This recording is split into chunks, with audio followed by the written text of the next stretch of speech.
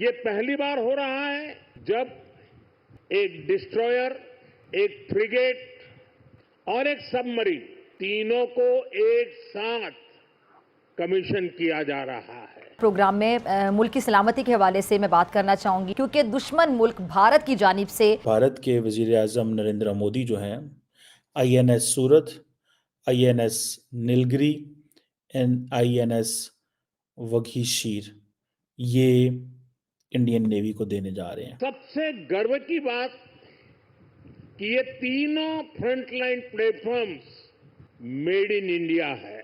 राजनाथ ने एक बयान दिया है कि जी जो रियासत जम्मू और कश्मीर है वो आज़ाद जम्मू और कश्मीर के बगैर अधूरी है।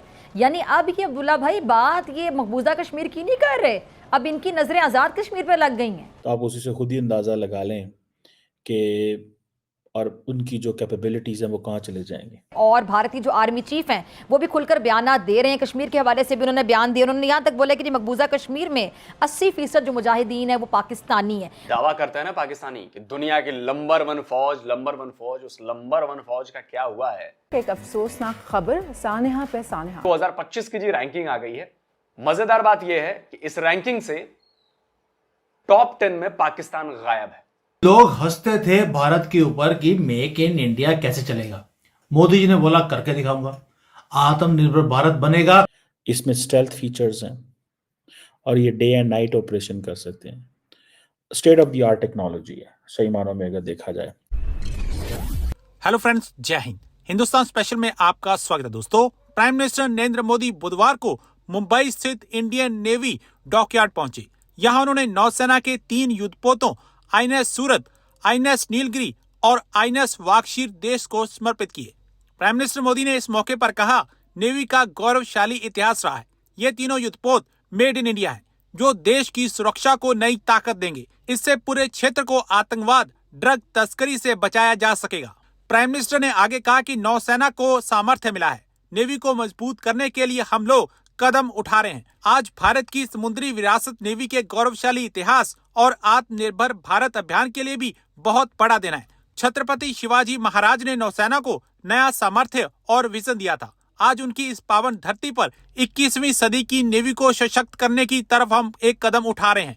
ये पहली बार हो रहा है जब एक डिस्ट्रॉयर, एक फ्रिगेट और एक सबमरीन को एक साथ कमीशन किया जा रहा है। गर्व की बात है कि तीनों मेड इन इंडिया हैं। दोस्तों आज भारत के वजीर आज़म नरेंद्र मोदी जो हैं वो 3 front line naval combatants INS Surat, INS Nilgiri and INS Vagsheer ये इंडियन नेवी को देने जा रहे हैं। अब ये तीनों के तीनों जो प्लेटफॉर्म्स हैं, तीनों के तीनों जो जो समझ लें कि वो जिसे कहते हैं ना प्लेटफॉर्म्स इंडियन नेवी में जाएंगे, तो आप उसी से खुद ही अंदाज़ा लगा लें कि और उनकी जो कैपेबिलिटीज़ हैं वो कहाँ चले जाएंगे। ये इंडिया कह रहा है कि जी हमारी इंडिजिनस कैपेबिलिटीज़ हैं। ये तीनों वॉरशिप जो हैं ये एक दिन इंडियन नेवी में कमीशन हो रहे हैं।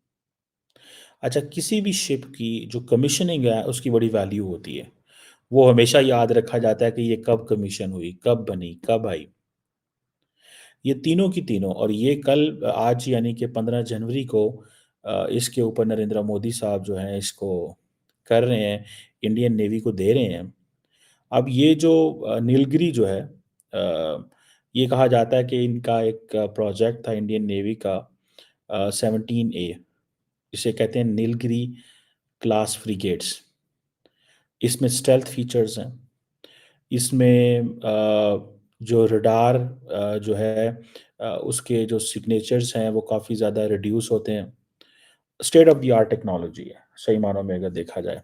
दूसरा ये सूरत है, समझ लें कि ये फॉलो अप है जो one on class to the Kolkata class project 15A destroyer. इसके अंदर आप समझ लें कि इसकी डिज़ाइन और कैपेबिलिटी में इन्होंने काफ़ी काम किया है।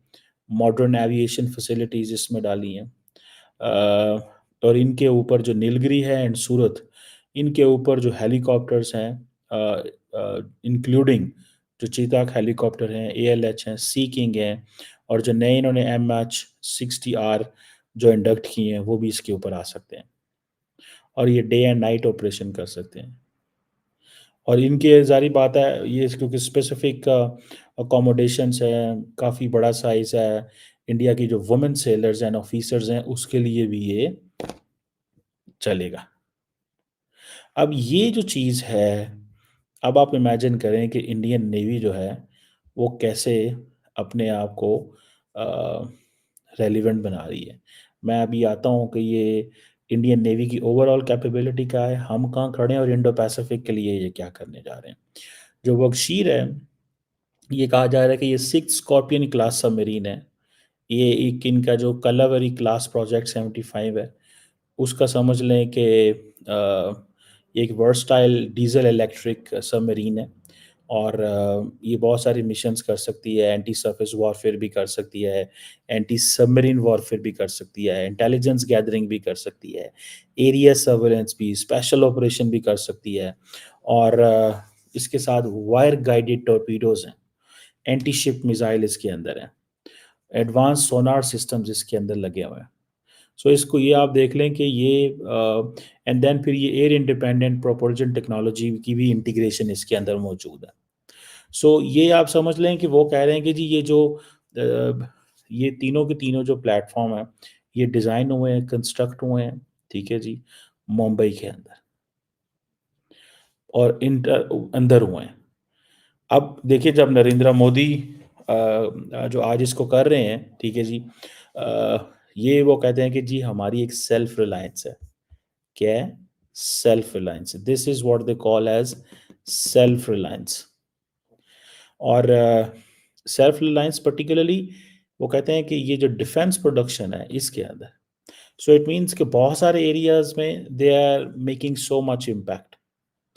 और इंडियन डिफेंस मिनिस्ट्री जो है वो जिसे कहते हैं ना, उसके इसके अंदर तकरीबन 80% स्टेक्स हैं।